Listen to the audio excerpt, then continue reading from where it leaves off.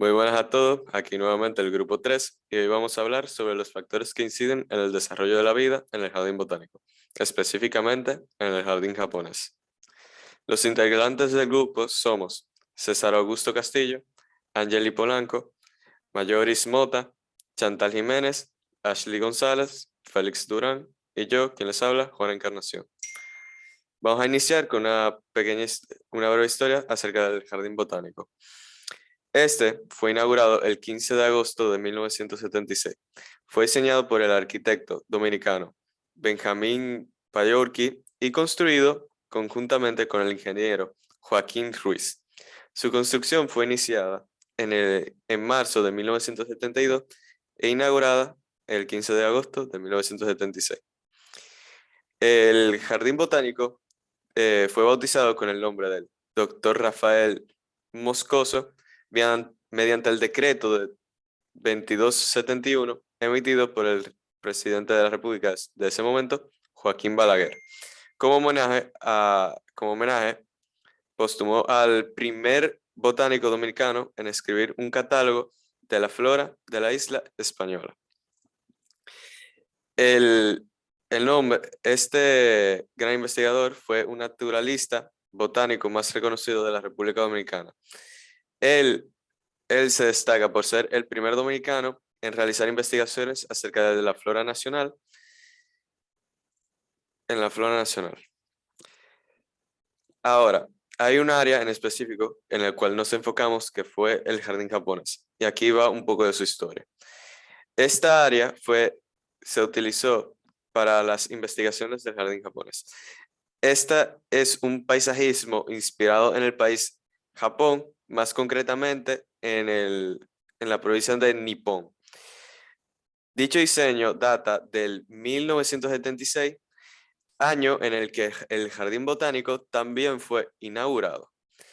Esta idea de dicho espacio surgió gracias a Mamoru Matsunaga, considerado padre del judo de nuestro país, quien fue exaltado en calidad de propulsor de la inmortalidad del deporte dominicano en el año 2009. Biodiversidad vegetal. La flora es la parte vegetal o más bien los árboles de frutos, florales e ornamentales que se encuentran en los alrededores o siendo más específicos en un determinado ecosistema. En este caso, pues nos centramos en el jardín japonés, el cual se encuentra ubicado en el jardín botánico. El diseñador y autor de esta área, Mamoru Matsugana, quería crear un espacio que contuviese plantas o vida vegetal exclusivamente japonesa, pero luego entendió que era mejor realizarlo en conjunto con la vida vegetal dominicana. Cuando se inició la construcción de este jardín, el hijo de Matsugana acompañaba al mismo a la recolección de especies, a las expediciones y a la búsqueda de inspiración ancestral. Como resultado de su recolección y expedición para la realización del mismo, encontró lo que buscaba. En este caso, seleccionó las plantas níponas con origen japonés que tuvieran la mayor capacidad de adaptación al clima y al suelo en donde serían plantados. Los tipos de plantas que se encuentran actualmente allí son gimnosperma, angiosperma, musgos y helechos. En esta ocasión nos estaremos enfocando en aquellas plantas que tienen semillas en su interior y exterior, para ser más específicos, pues en el grupo de angiosperma y gimnosperma, de procedencia japonesa y dominicana, agregando sus orígenes y su proceso de adaptación con propósitos de entender por qué estas especies níponas pudieron adaptarse al suelo y al clima dominicano. En primer lugar, tenemos el podocarpo. Este árbol, muy utilizado en los jardines japoneses, está compuesto por un firme tronco, el cual sostiene varias agrupaciones de ramas donde crecen sus hojas, tan diminutas que parecieran que de las ramas nacieran arbustos.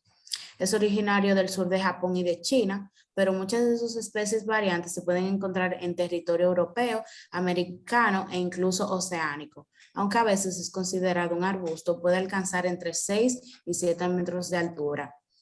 Plantado de manera artificial y en su hábitat natural, este conífero perennifolio puede medir hasta 24 metros de altura y tener un tronco de 1 metro de diámetro.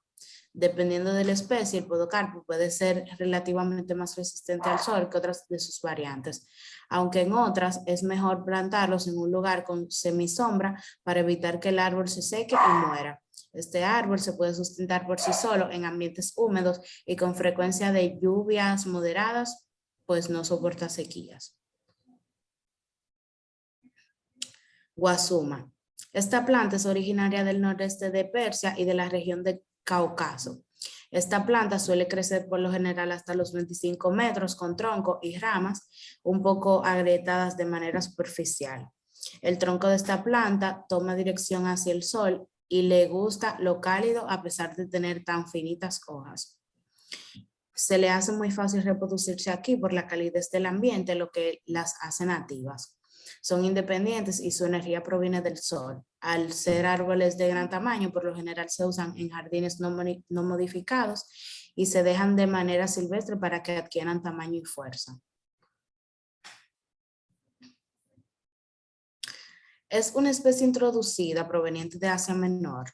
La mayor altura que alcanza son 8 metros, por lo general es cultivada en lugares con menor calidez que los demás, puesto que estas prefieren más lo templado. Justo por esta razón se encuentra ubicada de la forma en la que vemos en la foto. Su proceso de adaptación es un poquito más complicado debido a que el clima influye mucho en su desarrollo. Los métodos de conservación que se utilizan para llevar a cabo el desarrollo de esta planta es que donde se encuentra sea un lugar con árboles más grandes alrededor y con agua cerca para que se sienta fresca.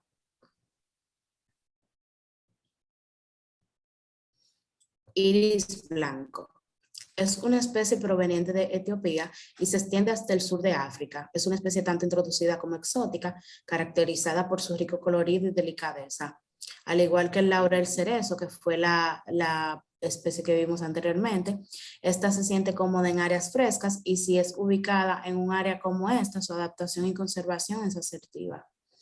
Aunque es una especie introducida, su proceso de crecimiento y desarrollo no se puede alterar, así que el método de conservación que utiliza es independiente. Se alimenta del agua próxima y se da en tierra húmeda. Ya para finalizar, podemos concluir diciendo que la vida vegetal de esta área es muy diversa y que cuenta con especies introducidas y especies nativas, pero es muy importante destacar ciertos puntos o más bien características que tienen en común estas.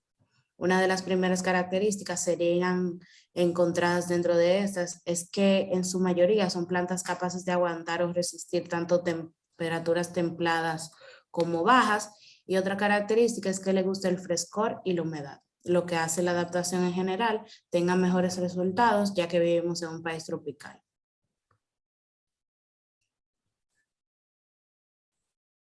Estaré hablándoles acerca de los factores y elementos climáticos. Los factores o elementos climáticos son uno de los que más influyen en el desarrollo de cierto tipo de vida en un área. De esos factores depende la disponibilidad del alimento, las épocas de apareamiento, la conservación, la abundancia del agua, la temperatura, entre otros factores que son decisivos a la hora de estudiar las especies, su conservación y su adaptación. Antes de introducir a los factores y elementos climáticos, es necesario definir qué es una zona de vida y cómo puede impactar en el ecosistema que la posea. La zona de vida puede definirse como una unidad climática natural en que se agrupan diferentes asociaciones correspondientes a determinados ámbitos de temperatura, precipitación y humedad. Las zonas de vida se pueden clasificar según su humedad y precipitación, como monte espinoso subtropical, bosque seco subtropical y bosque seco de transición a húmedo, que son zonas áridas, bosque húmedo subtropical, bosque muy húmedo subtropical y bosque pluvial subtropical, que se refiere a zonas húmedas y semitempladas con moderada precipitación, y bosque muy húmedo montano bajo, pluvial montano bajo y muy húmedo montano, que son zonas muy húmedas y con mucha precipitación anual. En fin, lo que determina realmente una zona de vida es la temperatura, la precipitación y el tipo de vegetación que se encuentra en ella. Los elementos climáticos son aquellos que determinan el tiempo atmosférico y la zona de vida de un lugar de la biosfera. Dentro de los elementos climáticos podemos encontrar los siguientes. Primeramente está la temperatura, que es una magnitud escalar referida a las nociones de calor y frío. y también significa la cantidad de energía calorífica que posee el aire en un momento determinado. Esta varía según su locación, las estaciones del año, el mes, la precipitación, la humedad del viento y la hora en que se encuentra. Se puede decir que la temperatura impacta directamente a las especies de un ecosistema, ya que las especies deben adaptarse constantemente para vivir y continuar con su ciclo de vida. La temperatura alta extrema es sinónimo de muerte usualmente. Gran parte de las especies no sobreviven a altas temperaturas en donde no tengan una estable fuente de agua o alimento. Las plantas mueren y los animales mueren por deshidratación y el ecosistema pierde bastante biodiversidad. Y con respecto a las temperaturas bajas, en las plantas la temperatura baja congela la savia interna de la planta, evitando que la misma pueda nutrirse y por ende muere. Si las plantas no transmiten el calor suficiente por sí mismas como para mantenerse a una temperatura interna estable durante bajas temperaturas, su savia se congelará. Y por el contrario, una gran parte de los animales sí producen calor y pelaje que los mantiene abrigados durante temperaturas extremas y poseen otros mecanismos como la hibernación para sobrevivir en el invierno. También está la precipitación, que es el descenso del agua de la atmósfera hacia la Tierra. Esta no específicamente ocurre en un estado líquido como lluvia, que es la que mayor se conoce, sino que también puede ocurrir como nieve, rocío, neblina e incluso granizo, dependiendo de la temperatura. La precipitación se da cuando el agua que sube a la atmósfera, ya cargada previamente de agua, desciende por condensación de la misma. También está el viento, que se conoce como el movimiento del aire en la atmósfera. El viento de manera natural arrastra los campos nubosos y a los gases de la atmósfera a cualquier lugar de la biosfera.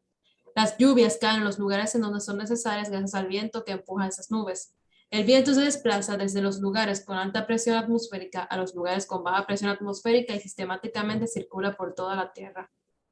La humedad, que se define como la cantidad de vapor de agua que se encuentra presente en el aire con respecto a la temperatura, el viento, la precipitación y la insolación, puede variar en una zona. La humedad mantiene fresco al ecosistema de manera que no se seque. Y concluyendo con los elementos, tenemos la nubosidad, que se refiere a la cobertura o la cubierta de nubes que poseen en un determinado tiempo una zona. La nubosidad no siempre es indicativa de lluvia debido a que la atmósfera no posee aún la suficiente capacidad como para condensar el agua, pero la nubosidad brinda al ecosistema sombra, lo que le permite descansar de la constante exposición a los rayos solares durante el día. Los elementos y factores climáticos siempre afectarán el desarrollo de la vida en un cierto ecosistema. Las especies suelen evolucionar y adaptarse a ellas constantemente de manera que puedan hasta sobrevivir las más duras condiciones de vida, sean climas extremos, temperaturas heladas o áridas, escasez de agua, escasez de comida, entre otras.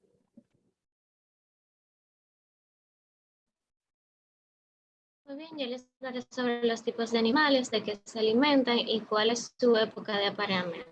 Puedes pasarlo. Las abejas consumen miel y polen, alimentos ricos en azúcar y proteínas que le proporcionan sustancias necesarias para generar energía y elementos.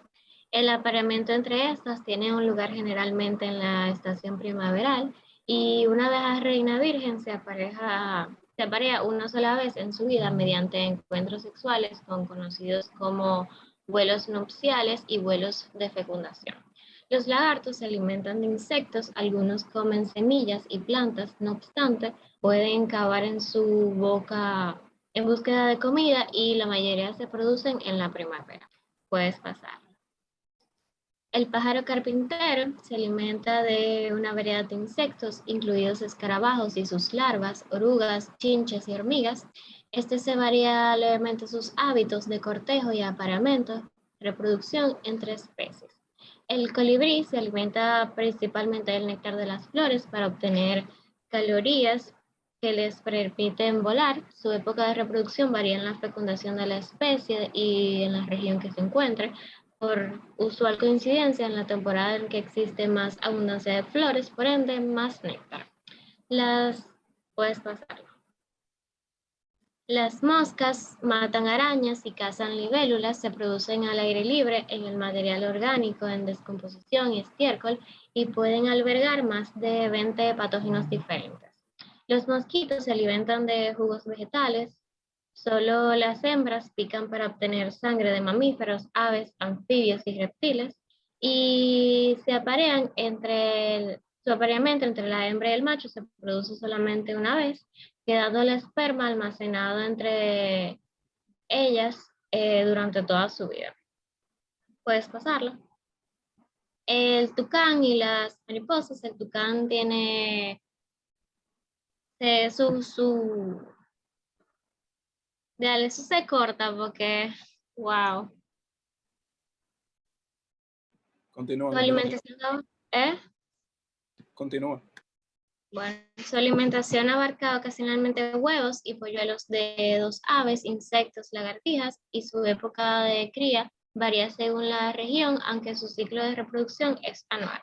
Las mariposas, durante su periodo como orugas, estos insectos devoran cualquier materia vegetal gracias a su apareamiento vocal masticador como tallos, hojas o flores, aunque también pueden aprovechar ciertos alimentos recolectados y tratados por el ser humano, como ya sea semillas y granos. El apareamiento de estas se produce en un lugar donde ambos ejemplares pueden permanecer estáticos, como una roca, hoja, etc. Durante el proceso de las mariposas son vulnerables al ataque del depredador, por lo que algunas han desarrollado la capacidad de aparearse mientras vuelan.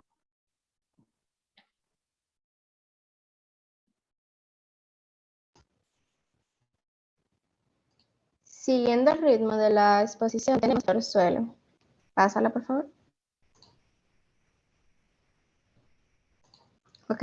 Otro factor ecológico que afecta en el desarrollo de la vida en el jardín japonés es el suelo y sus variantes. Pero antes de adentrarnos en esto, debemos saber qué es el suelo.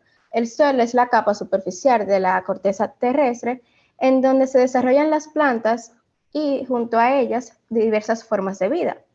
Existen en el jardín japonés diferentes tipos de suelo, ya que ese es un suelo mixto, en el cual podemos encontrar una gran cantidad de suelo arcilloso en su relieve levemente plano, suelo arenoso y humífero. Este último se observa cerca de los árboles y arbustos, ya que tiene mucha fertilidad por su procedencia orgánica. Siguiente.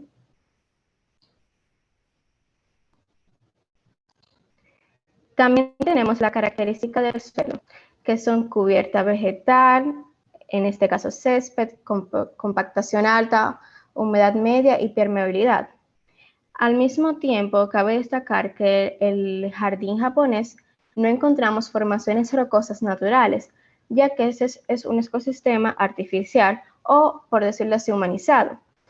Pero debemos destacar que sí cuenta con modificaciones del ser humano, como son aquellas rocas que se encuentran alrededor del lago. Por otro lado, tenemos la fertilidad del suelo. Este es gracias al suelo humífero, como mencionamos anteriormente, que es suelo negro y fértil, que viene de la composición orgánica. En el jardín japonés lo podemos encontrar cerca de los árboles y arbustos. También tenemos el lago, que es una buena fuente humedece la tierra a su alrededor y se va expandiendo. Y por último, el abono, que esto es gracias a la ayuda humana natural que se le da. Asimismo, el suelo del jardín cuenta con una humedad relativa entre los 83 y 84%. Esto significa que es un gran porcentaje, ya que ayuda al desarrollo de las plantas y a la adecuada absorbencia de los nutrientes. Gracias. Entonces, ahora yo voy a pasar a hablarles sobre los factores incidentes en la vida del jardín japonés y cómo estos se relacionan con la supervivencia de las especies que allá se encuentran. Los principales factores son el clima, el suelo y el agua. ¿Puedes pasar? Entonces, para comenzar, tenemos el clima. El clima en esta zona de vida es un bosque húmedo, con clima tropical húmedo. Tiene precipitaciones promedios anuales de 1.366 milímetros, con una humedad relativa de 83.7 y una temperatura promedio de 25.8 grados centígrados. Este factor afecta en el desarrollo de especies, en el desarrollo de especies vegetales como el Podocarpus, que se encuentra en el jardín y que necesita de un ambiente húmedo y de frecuentes precipitaciones moderadas, ya que no soporta grandes sequías. Estos son regados y podados para aportar con su conservación. Si el clima en este ecosistema fuese distinto, pues la vida de esta especie fuera difícil para desarrollarse. Esto a su vez conlleva el desarrollo de poblaciones como lagartos y familias de aves que crean sus nidos alrededor de árboles como este. Por ejemplo, tenemos el colibrí, además de insectos como las mariposas. También gracias al clima de este jardín este árbol se adapta bien. Y tenemos otro tipo de ejemplo que es el anacahuita, que también sirve de hogar para las mariposas y las abejas por sus flores, ayudándolas con su alimentación. Puede pasar, ahora sí. Otro factor que tenemos son el suelo y el agua. Como mencionamos anteriormente, en este ecosistema el suelo es mixto, con una gran cantidad de suelo arcilloso, arenoso y humífero. Gracias a la cubierta vegetal de césped, este suelo se protege con erosiones y sequías, de erosiones y sequías, y ayuda a la filtración del agua. Su compactación es alta, con una humedad media, debido al clima y a la cercanía de fuentes como el lago. Esto ayuda a que se den especies como el olmo chino, un árbol que crece de forma natural en China, Japón, Corea del Norte y Vietnam. Este árbol no solo se adapta a climas semitropicales o tropicales, sino que también necesitan de un suelo con tierra húmeda y muchos nutrientes. Su tronco y raíces se inclinan en dirección hacia el agua, por lo que su cercanía a esta fuente es muy importante para su desarrollo, brindándole los nutrientes necesarios. Gracias a sus ramas largas de este tipo de árbol, se desarrollan las vidas de especies animales como pájaros carpinteros, lagartos, entre otros. Por lo tanto, vemos que la presencia de agua en este tipo de ecosistema es un factor muy importante. Con estos ejemplos mencionados anteriormente, comprobamos cómo algunas especies son capaces de adaptarse mejor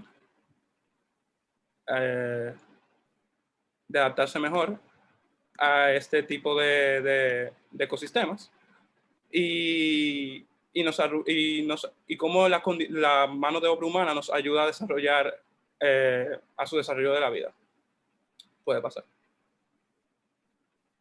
Hablando de la mano de obra humana, ahora les estaré compartiendo sobre las obras que ha hecho los seres humanos para agregar al jardín japonés. Primero está el tori, como ven aquí, que se encuentra delante del jardín como una señal de entrada a un lugar sagrado que viene de la religión sintoísta, que usualmente se debe hacer una referencia antes de entrar. Puedes pasar. El lago artificial, que es el lago que se encuentra en el centro del jardín y se hidrata con agua que pasa por abajo 2 veces a la semana. Este cumple la función de ayudar a la estabilidad del jardín y gracias al oxígeno que emite, habitan patos, gansos y ayuda básicamente al repartimiento del bienestar en el jardín. Puedes pasarlo. La lámpara japonesa, que se enciende con fuego con motivos de celebración e iluminación nocturna y es formada por piedra importada desde Japón. Puedes pasarlo. Candelabro japonés, usada para alumbrar el jardín y es formada por piedra importada de Japón. El bambú, que en este caso es recortado y formado como pasillo para representar el camino que los turistas deben el camino que ellos deben seguir. Pásalo. La casa del té, que es una casa hecha para fines de entretenimiento y fiestas como bodas, cumpleaños, etc., pero originalmente es un sitio de meditación y un lugar de entrenamiento de artes marciales. La cascada de piedras, que es un conjunto de piedras amontonadas que hace guiar el agua que va hacia el lago para mantener el lago balanceado o lleno. Pásalo. El bebedero japonés, que es formado de piedra importada de Japón y se usa como decoración y fuente de hidratación para las aves. Puedes pasarlo. Y por último está el Monumento Memorial o el monumento de Mamoru Matsunaga, quien básicamente ayudó a la creación del jardín japonés y fue padre del deporte judo. Y nada, muchísimas gracias por prestar su atención.